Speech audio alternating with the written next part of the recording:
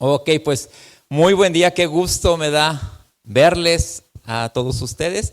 Y recuerde que cada vez de que nosotros nos reunimos, ¿verdad? Nos reunimos para conocer, para entender para qué estamos en esta tierra. Dios, a través de su palabra, nos hace entender, nos hace conocer su propósito, nos hace caminar dentro de esa asignación que nosotros tenemos. Todo esto lo estamos descubriendo cada día cuando nosotros nos exponemos a la palabra. Usted no se expone a la palabra y usted no viene a este lugar por la bendición. Aquel que es la bendición ya está en usted.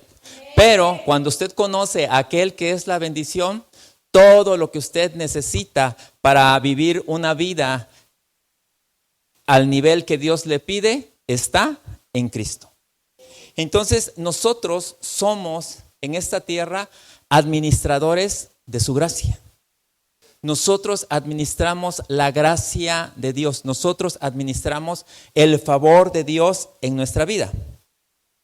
Nosotros no somos la generación que acumula información. Escucha esto es muy importante. Nosotros no nos reunimos solamente para acumular información. El propósito de Dios no es que tú sepas más de Él, sino que tú lo conozcas, pero que tú puedas vivir aquello que estás conociendo de Él, porque tú estás inseparablemente unido a Él. Tú fuiste diseñado en Cristo para tener comunión con Él. Entonces, no somos la generación que acumula información. Fuimos llamados a administrar los misterios revelados del cielo. No somos acumuladores, somos administradores. Administramos lo que viene a nuestras manos de parte de Dios. Imagínate, usted es un administrador al servicio de Dios. Todo, pero absolutamente todo lo que llegue a sus manos, Dios lo puso en sus manos para que usted lo administre. ¿Qué le dice eso? Usted administra su vida. Usted administra su matrimonio. Usted administra la vida de sus hijos. Usted administra finanzas. Usted administra su hogar. Usted administra su tiempo. Usted administra todo. Todo debe ser administrado para que podamos reflejar la grandeza de nuestro Dios. Fíjese cómo entendía esto el apóstol Pablo. En la primera carta a los Corintios, en el capítulo 4, versículo 1 y 2, cita de la siguiente manera: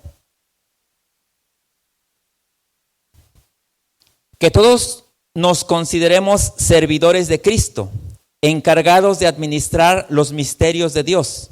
Ahora bien, a los que reciben un encargo se les exige que demuestren ser dignos de confianza. Dios nos ha considerado, o dice que nosotros debemos de considerarnos, ¿qué? Servidores de Cristo, dice, encargados de administrar los misterios de Dios. Ahora bien, versículo 2, ahora bien, dice, a los que reciben un encargo se les exige demuestren ser dignos de confianza. O sea, la exigencia de parte de Dios no es solamente que usted venga y se siente. No es que solamente usted venga y aprenda. Porque a medida que usted aprende, a medida que usted conoce, se le exige que usted demuestre ser digno de confianza. Y tenemos muchas de las parábolas, nos hablan precisamente de eso, ¿verdad? La parábola de los talentos nos habla precisamente eso de confianza. ¿Por qué? Porque Dios ha depositado en nosotros dones, talentos y habilidades. Por lo tanto, lo que se exige es que nosotros nos mostremos ante Dios, pero también ante el mundo, que somos nosotros dignos de... Dígale al que está al lado suyo, digno de confianza. Así lo entendía el apóstol Pablo. El conocimiento de Dios en el nacido de nuevo produce un deseo de congregarnos, conciencia de la comunión con Dios e incorporarse al propósito eterno de Dios. Eso es lo que hace, ¿verdad? El conocimiento de Dios. Cuando nosotros le vamos conociendo a Él, cuando nosotros hemos nacido de nuevo, dice, esto produce un deseo de congregarnos, un deseo de conocer más, un deseo de aprender, un deseo de conocer a Dios, un deseo de entender los misterios de Dios. Pero también nos da una conciencia de que tenemos comunión con Él, de que estamos inseparablemente unidos a Dios. No importa el tiempo, no importa el lugar donde usted esté, usted nunca está separado de Dios. Dios, desde el día que Él llegó a su vida, Él llegó a su vida para quedarse hasta la eternidad. Por lo tanto, lo que nos debe de impulsar a nosotros es incorporarnos al propósito eterno de Él. De cada cosa que hacemos se debe esperar un resultado, y con el paso del tiempo ese resultado se irá perfeccionando. Te lo vuelvo a repetir. De cada cosa que hacemos se debe esperar un resultado, y con el paso del tiempo ese resultado se irá perfeccionando. La Escritura le llama a esto madurez. Cuando usted se expone a la palabra de Dios, lo que Dios pretende y lo que Dios quiere acerca de usted es que usted alcance un grado de madurez. ¿Cuál es el mejor momento cuando usted tiene una fruta, una verdura? ¿Cuál es el mejor momento para comerla? ¿Cuándo ha alcanzado qué? Madurez. ¿Sí? Ahora, ¿cuándo usted va a estar en su mejor momento para con Dios? Cuando usted haya alcanzado madurez. ¿Será necesario que usted alcance madurez? ¿Requerirá Dios que usted alcance madurez? Ahora, ¿la madurez con qué se alcanza? Exponiéndose, en este caso, a la palabra de Dios. Necesitamos exponernos a la palabra de verdad, a la palabra de Dios. Dice, el apóstol Pablo esperaba de los Gálatas la formación de Cristo en sus vidas. El apóstol Pablo sabía que había algo que esperaba de los Gálatas. Fíjese lo que expresaba el apóstol Pablo a los Gálatas en la carta a los Gálatas capítulo 4, versículo 19. Que dice así: queridos hijos, por quienes vuelvo a sufrir dolores de parto hasta que Cristo sea formado en ustedes. Lo que el apóstol Pablo esperaba de los Gálatas era la formación de Cristo en ellos. En otras palabras, lo que él esperaba, que ellos tuvieran una madurez en Cristo, que ellos tuvieran un incremento en su alma de Cristo, que ellos tuvieran una expresión de Cristo en todo su ser. Nosotros adquirimos por Cristo y en Cristo la salvación. Y la salvación que Dios nos dio es el ancla que nos sujeta a Él.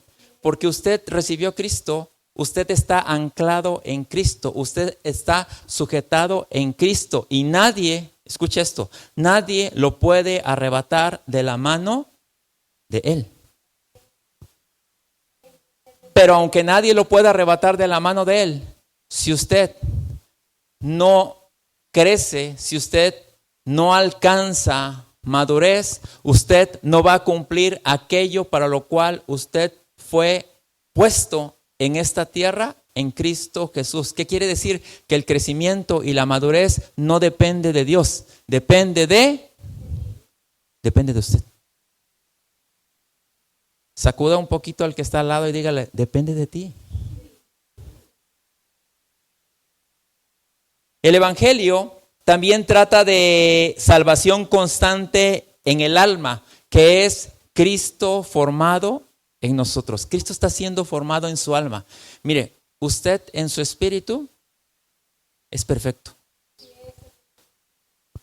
El espíritu de usted, que está unido al espíritu de Dios, es perfecto. Ahora, dígase usted mismo, no que no haya perfección en mí.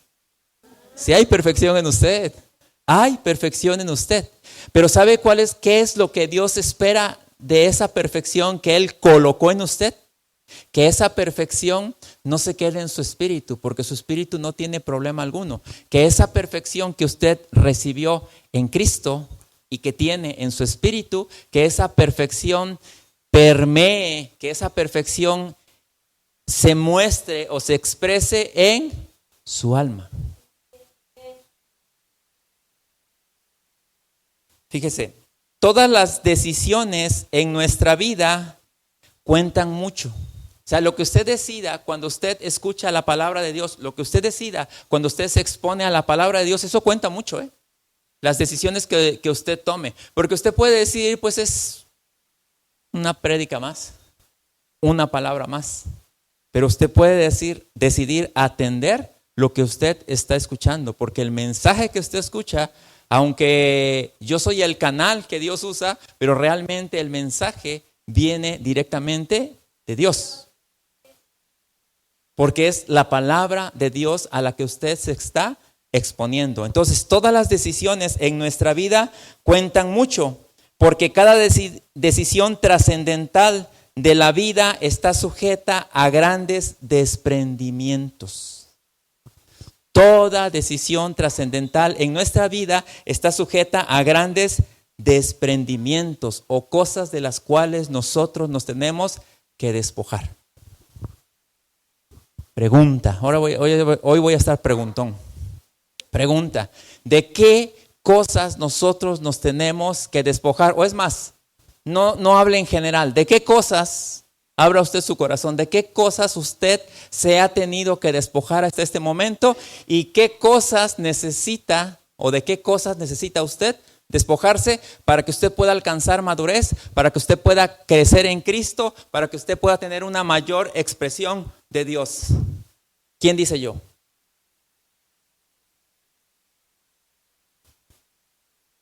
Tú, Dani, ¿de qué cosas te tienes que despojar?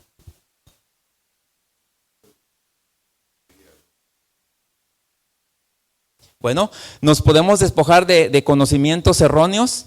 Realmente, fíjense, muchas veces traemos un conocimiento o un entendimiento que lo hemos defendido por mucho tiempo, y aun aunque nos exponemos a la palabra y la palabra nos dice, eso tienes que atenderlo, nosotros a veces lo seguimos abrazando. Tenemos que despojarnos de conocimientos erróneos. ¿De qué otras cosas nos tenemos que despojar?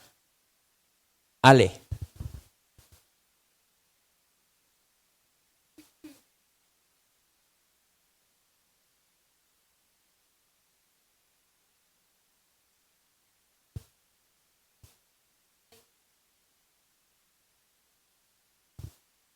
De distractores. Hay muchos distractores y en este tiempo tenemos distractores. Tú te metes o sea, dices, voy a checar las redes sociales. 5 horas después, o sea, realmente 5 horas después ya dices, ay, se me pasó bien rápido el tiempo. ¿De qué otras cosas nos tenemos que despojar, Ceci? ¿Qué cosas tú en lo personal crees que te tienes que despojar? Costumbres, tradiciones, malas palabras, ¿qué más? Hábitos, ya te ayudaron un montón, ¿eh?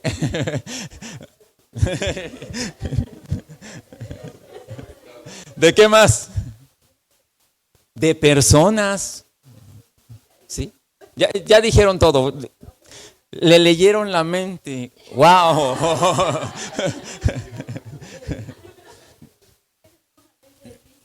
Sí.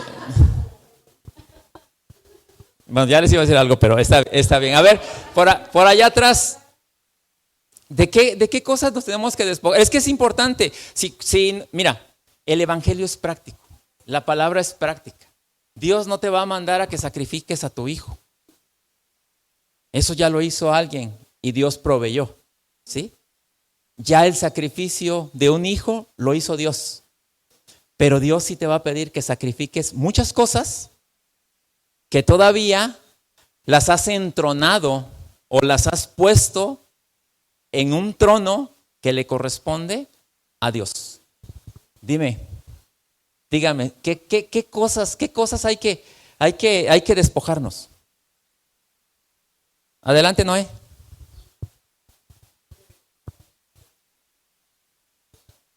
los deseos carnales, los deseos de la carne, aunque somos espirituales, pero fíjate, aunque somos espirituales, pero la carnalidad está ahí, ¿sí? Entonces, hay cosas de las cuales nosotros nos debemos despojar. ¿Qué más? Sean abiertos, sean sinceros. De la vida pecaminosa, ¿qué más? Vicios. Bueno, no les voy a seguir preguntando, ¿verdad? Porque la misma Escritura nos habla. Lo padre de la Escritura es que la Escritura, como Dios nos conoce, ¿sí? Y dice, les voy a evitar que ustedes me digan. Yo les voy a decir, ¿sí? La carta a los Efesios, en el capítulo 4, versículo 22 al 23, pues nos habla precisamente de que hay cosas, y estas son cosas mínimas, ¿verdad? Que de las cuales, pero hay cosas que cada uno de nosotros las identificamos o Dios nos las muestra, de las cuales nosotros tenemos que despojarnos. Dice, en cuanto a la pasada manera de vivir, comenzamos bien, ¿verdad? Porque en cuanto a la pasada manera de vivir, nosotros tenemos muchos asuntos que no hemos resuelto hasta este tiempo. ¿Sí? Analice su vida y en cuanto a la pasada manera de vivir, nosotros todavía tenemos asuntos que no se han resuelto. Dice, en cuanto a la pasada manera de vivir, despojaos del viejo hombre. Ese es un despojar diario. ¿Sí? A medida que tú identificas de lo que te tienes que despojar, te tienes que despojar. Yo no sé si tú eres de las personas, ¿verdad? Pero yo vivo con una persona que si ve una basura, agarra la escoba y después entras, 5 minutos después entras y vuelves a ensuciar y otra vez. ¿Sí? Entonces, de esa manera, quiero que tú analices eso, que cuando Dios te permita ver algo que no es coherente, que no concuerda con la vida del Espíritu, con el reino al cual tú fuiste trasladado, en ese mismo instante, va para afuera. Despójate. Dice, en cuanto a la pasada manera de vivir, despojaos del viejo hombre que está viciado conforme a los deseos engañosos. Acuérdate, todo lo que el mundo te ofrece, todo lo que el sistema de pensamiento del mundo nos ofrece son deseos atractivos, pero son un engaño. Es un engaño porque aunque te puede producir un placer momentáneo, termina saliéndote cara la factura, porque solamente te engancha. Comenzamos otra vez, dice, en cuanto a la pasada manera de vivir, despojaos del viejo hombre que está viciado conforme a los deseos engañosos. Y aquí viene la parte que nosotros necesitamos atender. Y renovaos en el espíritu de vuestra mente, y vestíos del nuevo hombre, creado según Dios en la justicia y santidad de la verdad. Por lo cual, desechando la mentira, hablad verdad cada uno con su prójimo. Anótala ahí. Desechando la mentira, hablad verdad cada uno con su prójimo. Muchas veces, ¿verdad? Todavía por ahí guardamos o usamos la mentira como un comodín. Desgraciadamente nos enseñaron, ¿verdad? Que había como que mentirillas, mentiras buenas, mentiras blancas. Bueno, le puedes poner color y lo que tú quieras, pero la mentira delante de Dios es mentira. Y Dios dice que nos debemos de despojar de la mentira. Dice, hablad la verdad cada uno con su prójimo, porque somos miembros los unos de los otros. Ahora ahí viene para algunos que batallan y que tienen un poquito de situación con esto. La Escritura dice, airaos. Dice, airaos, pero no pequéis. No se ponga el sol sobre vuestro enojo, ni deis lugar al diablo. El que hurtaba, no hurte más, sino trabaje, haciendo con sus manos lo que es bueno, para que tenga que compartir con el que padece necesidad. Ahora, a veces decimos, no, pues, hace un momento hablaban de las groserías, ¿verdad? Y una persona me dice, en la Biblia no dice de las groserías. Literalmente no lo dice, ¿verdad? Pero la Escritura sí habla precisamente acerca de las palabras. Dice, ninguna palabra corrompida salga de vuestra boca, sino la que sea buena para la necesaria edificación, a fin de dar gracia a los oyentes. Y no contristéis al Espíritu Santo, con el cual fuisteis sellados para el día de redención. Quítense de vosotros toda amargura, enojo, ira, gritería, maledicencia y toda malicia. Antes sed benignos unos con otros, misericordiosos, perdonándoos unos a otros, como Dios también os perdonó a vosotros en Cristo. Esa lista son algunas de las cosas de las cuales todavía nosotros tenemos que despojarnos, porque no pertenecen a la naturaleza divina que ahora nosotros portamos y no nos permiten tener la madurez y el crecimiento, o reflejar la madurez y el crecimiento que se requiere para un hijo de Dios. Usted tiene un llamado de parte de Dios. Antes se nos había enseñado que el llamado solamente lo tenía el pastor, o el apóstol, o el profeta. ¿Sabe usted que usted fue llamado por Dios? Y si usted le aceptó, pues usted ya dijo que sí. ¿Y sabe una cosa? No se puede retractar. No se puede retractar. Porque es feo no caminar en aquello que usted mismo dijo que sí. Segunda carta a Timoteo, capítulo 1, versículo 9, cita de la siguiente manera. Pues Dios nos salvó y nos llamó para vivir una vida santa. ¿Cuál es el llamado que usted tiene? Vivir una vida santa.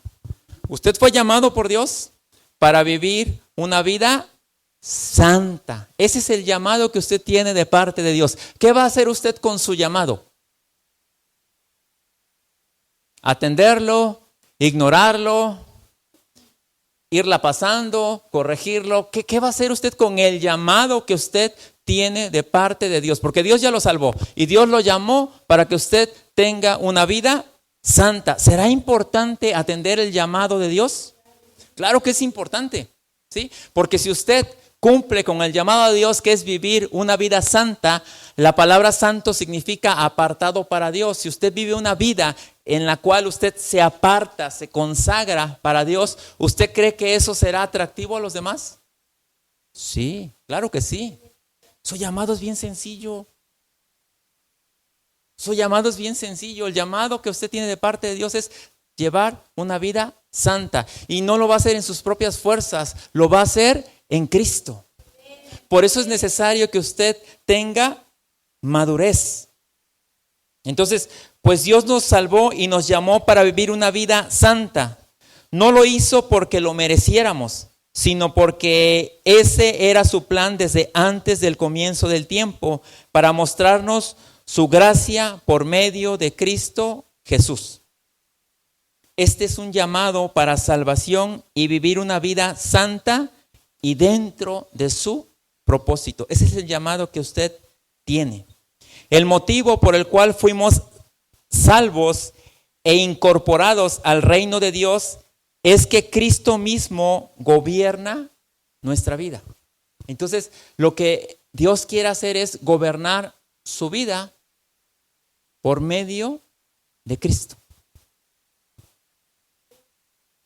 Bajo este gobierno no podemos tomar ninguna decisión por nuestra voluntad humana, sino por la voluntad del Espíritu de Dios. Y eso es lo que estamos aprendiendo, ¿verdad? Porque generalmente todavía nos sentimos los dueños de nuestra vida. Y tenemos que entender, lo decíamos, parece que el jueves, que fuimos comprados por precio. Le pertenecemos a Dios. Pero así como le pertenecemos a Él, Él nos dio su Espíritu para que nosotros seamos efectivos y cumplamos el propósito eterno de Él aquí en la tierra. Y los beneficiados de caminar dentro de su diseño, dentro de su propósito, dentro de su voluntad, somos nosotros, porque Dios no tiene pensamientos de mal. Lo único que Dios tiene son pensamientos de bien para nosotros. Fuimos salvos para dar testimonio de la verdad. Algo que es importante es que, aunque fuimos salvos para dar testimonio de la verdad no se puede o no puede ser expresada con frases. Fíjese esto, escuche esto. Pilato le preguntó a Jesús, ¿qué es la verdad? Imagínese, un rey, un gobernante, preguntándole a Jesús, ¿qué es la verdad? ¿Usted se ha preguntado qué es la verdad? ¿Se ha preguntado o no se ha preguntado? Primero vamos a ver lo que nos dice el Evangelio según San Juan, capítulo 18, versículo del 37 al 38. Esta escena es cuando Jesús estaba siendo enjuiciado, o bueno, ya lo habían apresado, pero fíjese lo que dice. No voy a tomar todo, solamente una parte, pero escuche lo que dice la Escritura. Le dijo entonces Pilato, luego, ¿eres tú rey? Respondió Jesús, tú dices que yo soy rey. Yo para esto he nacido y para esto he venido al mundo, para dar testimonio a la verdad. Todo aquel que es de la verdad, oye mi voz. Le dijo Pilato, ¿qué es la verdad? Y cuando hubo dicho esto, salió otra vez a los judíos y le dijo, yo no hallo en él ningún delito. Y yo te hago la misma pregunta a ti hoy. ¿Qué es la verdad? ¿Se ha preguntado? Porque Jesús dijo, yo soy el camino, la verdad y la vida. Yo te pregunto a ti, ¿qué es la verdad? Necesito que me dé alguien una definición. Los psicólogos denme una definición.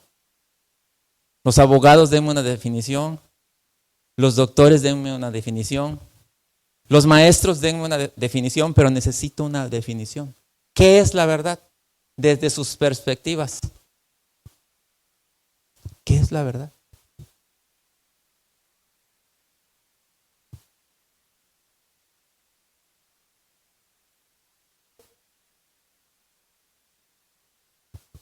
¿Algo cierto? ¿Algo que se puede palpar? ¿Algo que lo puedes verificar y decir, pues en verdad es verdad? ¿Algo que puedes respaldar? ¿Qué es la verdad? Echen a andar la ardilla a ver. ¿Qué es la verdad? Porque Jesús le removió todo a Pilato y le dijo, a la verdad, yo he venido a dar testimonio de la verdad. Pero si te das cuenta, cuando él le preguntó qué es la verdad, él no le contestó. Lo dejó así. ¿Sabes por qué no le contestó qué es la verdad? Jesús se quedó en silencio porque la respuesta a esa pregunta es silenciosa. La verdad era él mismo frente a Pilato. La verdad estaba frente a él y no supo reconocer la verdad.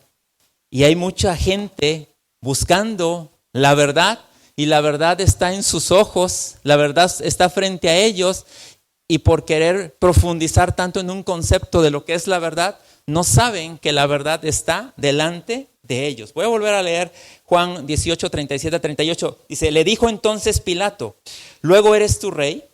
Respondió Jesús, tú dices que yo soy rey. Yo para esto he nacido y para esto he venido al mundo para dar testimonio a la verdad. Todo aquel que es de la verdad oye mi voz. Le dijo Pilato, ¿qué es la verdad? Y cuando hubo dicho esto, salió otra vez a los judíos y les dijo, yo no hallo en él ningún delito. Jesús se quedó en silencio. Jesús no le contestó, porque la verdad estaba frente de él.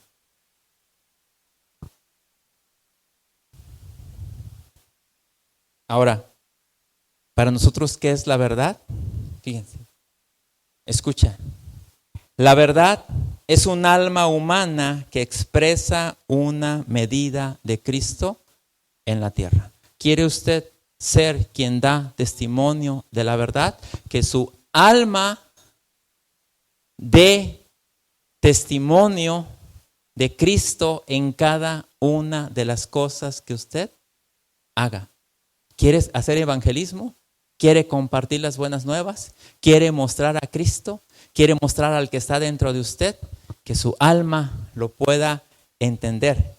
Que su alma exprese una medida de Cristo cada día mayor durante toda su vida, hasta que usted sea mandado a llamar. Eso es la verdad. Juan 8, 31 al 32 dice así. Jesús le dijo a la gente que creyó en él, ustedes son verdaderamente mis discípulos si se mantienen fieles a mis enseñanzas y conocerán la verdad y la verdad os hará libres. Usted puede ser el agente que va a mostrar la verdad a personas que están viviendo en la mentira. Usted no les va a dar un concepto de la verdad. Usted va a presentarse como la verdad. Usted va a presentarse ante los demás y va a presentar la verdad. Va a presentar un hecho verdadero. Va a modelar lo que Dios hace. Va a modelar a Cristo en todo lo que usted está haciendo. Ante esa verdad no hay nada que se pueda oponer. Destaquemos que generalmente tenemos un nivel de conocimiento que es mayor al fruto que vemos o que expresamos. Generalmente, ¿verdad? Tenemos un conocimiento que es mayor al fruto que nosotros expresamos. De hecho, para nosotros debería ser que a medida que conocemos, que crecemos en conocimiento y entendimiento, también crezcamos en una expresión de Cristo en nosotros. Cuando el conocimiento que obtenemos no es proporcional al crecimiento, lo que estamos alimentando es el conocimiento y deseo del saber del alma.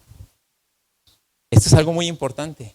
Hay gente que quiere adquirir conocimiento para llenar su alma de un conocimiento y para poder debatir, refutar, mostrar y presentar a los demás cuánto sabe.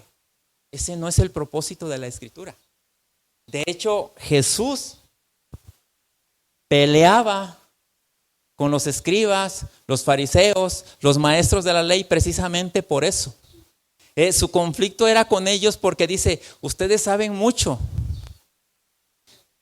Es más, llegó a decirles, a la gente llegó a decirles, hagan lo que dicen, pero no hagan lo que hacen. Porque les estaba diciendo, saben mucho, pero no hacen nada. Y ese es el problema. Si usted quiere llenarse solamente de conceptos, quiere llenarse de conocimiento de la Escritura, usted va a ser una Biblia andando, pero la Biblia por sí sola no tiene ningún poder. O sea, la Biblia, el libro por sí solo no tiene ningún poder. El poder que tiene la Escritura es cuando el que es la palabra empieza a manifestarse, empieza a expresarse en tu ser. Pero si la Escritura tú la puedes tener en tu capítulo, versículo favorito, no va a hacer nada. Tú puedes estar frente a una persona que esté endemoniada, se la puedes poner en la frente y ¿sabes qué va a pasar? No va a pasar nada. Tú puedes estar teniendo miedos, puedes estar pasando por cosas y puedes dormir con la Biblia así, mira. ¿Y sabes qué va a pasar? No va a pasar nada, porque la palabra es viva y es eficaz y es más cortante que toda espada de dos filos. El poder de la palabra no está en lo que está escrito. Porque al final de cuentas, lo que está escrito son letras, pero cuando esas letras se hacen vivas, cuando esas letras empiezan a cobrar vida en tu ser, entonces el poder de la palabra se expresa y se manifiesta en todo lo que tú haces. Por eso es que no nos debemos llenar solamente de información, sino lo que la palabra quiere y pretende es llenarnos de vida. Repito, cuando el conocimiento que obtenemos no es proporcional al crecimiento, lo que estamos alimentando es el conocimiento y el deseo del saber del alma. Cuando el conocimiento solo lo recibe el alma, no lo puede llevar a la vida y a la manifestación de Cristo. Nos volvemos filósofos del reino. Divagamos en la Escritura. Queremos profundizar y queremos entender los misterios ocultos, pero si eso no lo puedes vivir, eso es nada. Vivimos en un tiempo donde se tiene acceso a bosquejos, predicaciones, videos, podemos grabar los mensajes con el celular y a pesar de eso, la medida de expresión de Cristo es o no es en nosotros una realidad. Porque jamás se pretendió que el alma se llenara del conocimiento de Dios, sino que la Escritura, el conocimiento de Dios, bajara desde el espíritu al alma, para que el alma se sujete a la revelación o a la iluminación que viene de la palabra de Dios por la acción del Espíritu. El conocimiento de Dios lo debe recibir el espíritu y el alma regenerados. Si el alma por sí sola quiere interpretar y conocer la Escritura, se va a quedar solamente ahí.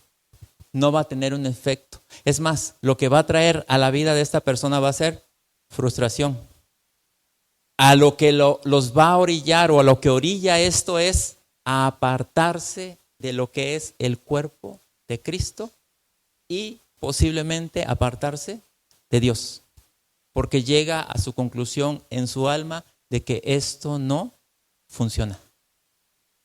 Y no es porque no funcione, sino porque el método que se está utilizando es terrenal, es carnal y no es espiritual.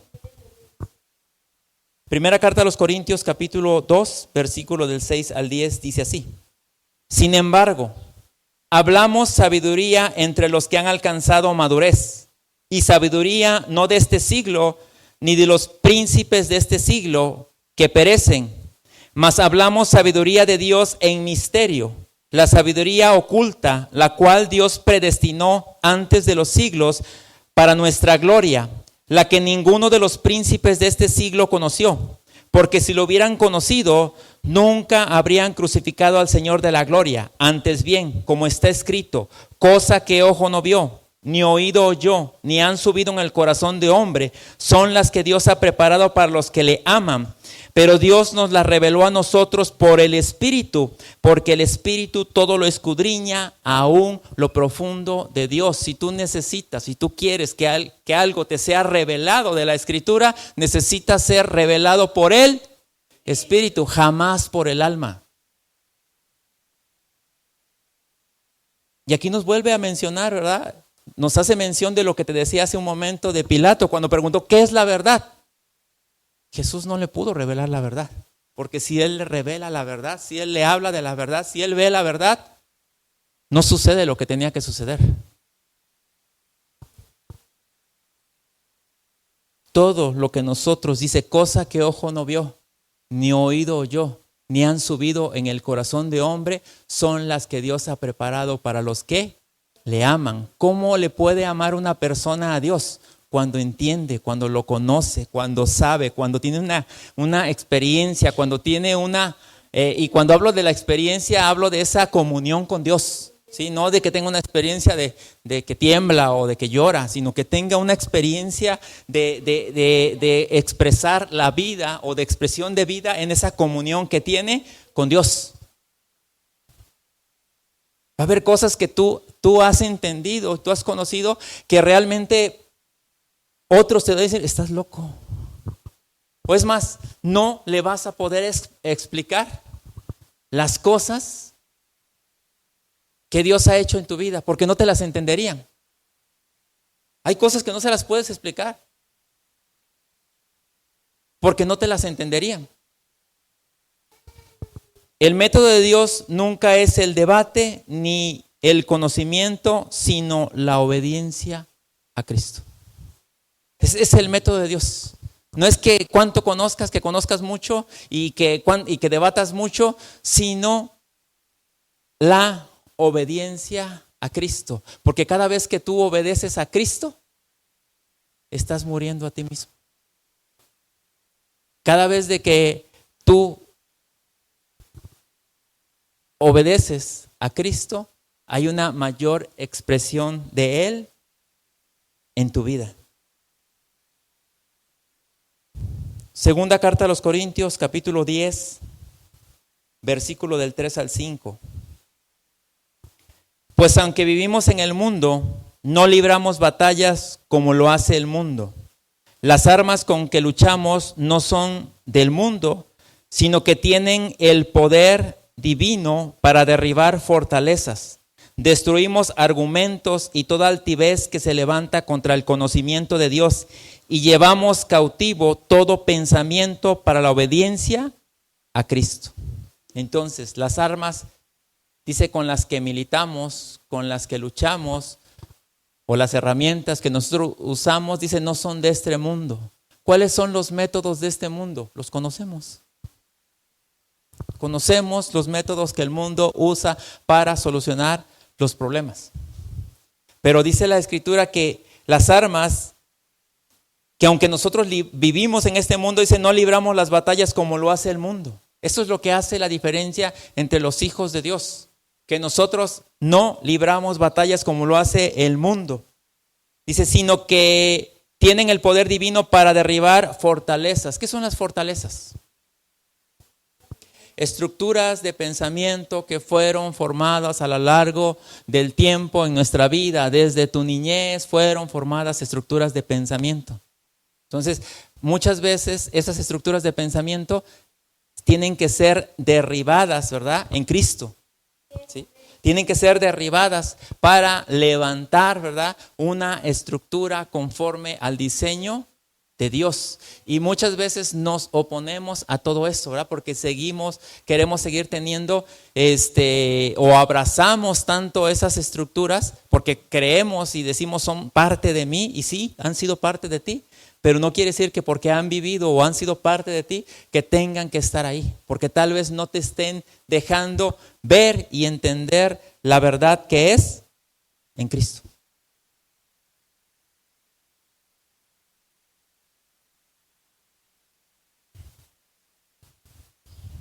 Incremento de conocimiento sin formación de Cristo, tarde o temprano, trae frustración y vacío.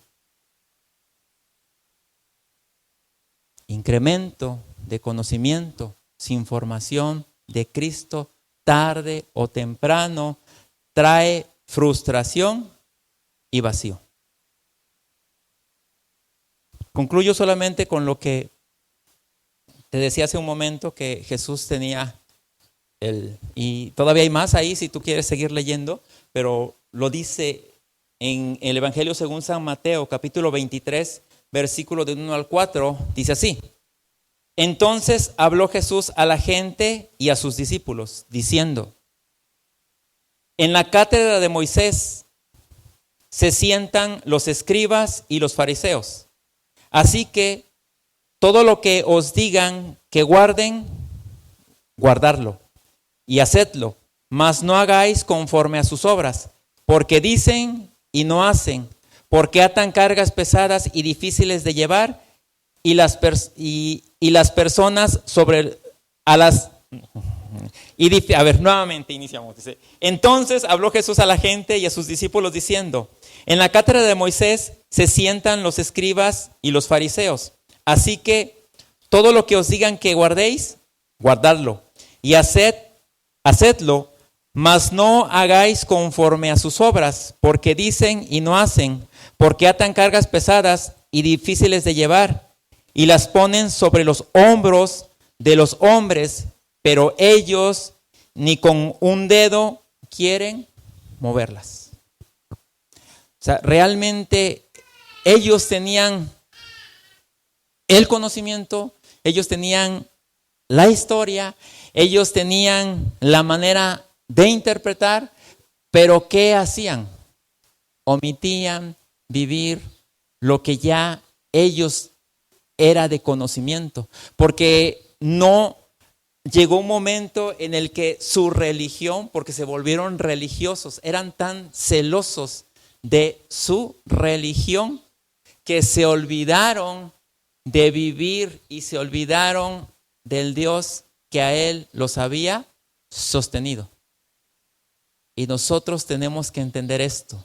Él ha venido para que nosotros tengamos vida y vida en abundancia. Y esa vida la obtenemos a través de su palabra que se imparte en nosotros y se reparte en todo nuestro ser. Amén. Oramos, Padre eterno, gracias por tu bondad, gracias por tu palabra. Gracias, Señor, porque yo sé que tu palabra está destruyendo fortalezas, está destruyendo argumentos y todo aquello que se levanta contra el conocimiento tuyo. Yo te pido, Señor, que esta palabra pueda derribar todo eso para que nosotros podamos crecer, para que un incremento de tu vida o la vida de tu Hijo se exprese cada día más en nosotros, para que tu iglesia, Señor, pueda manifestar y mostrar la verdad que está en nosotros. Gracias te damos en el nombre de Cristo Jesús. Amén. Amén. A los que nos ven a través de las redes sociales, pues les invitamos como siempre, compartan este mensaje para que más gente sea edificada en esta verdad presente. Nos vemos a la próxima.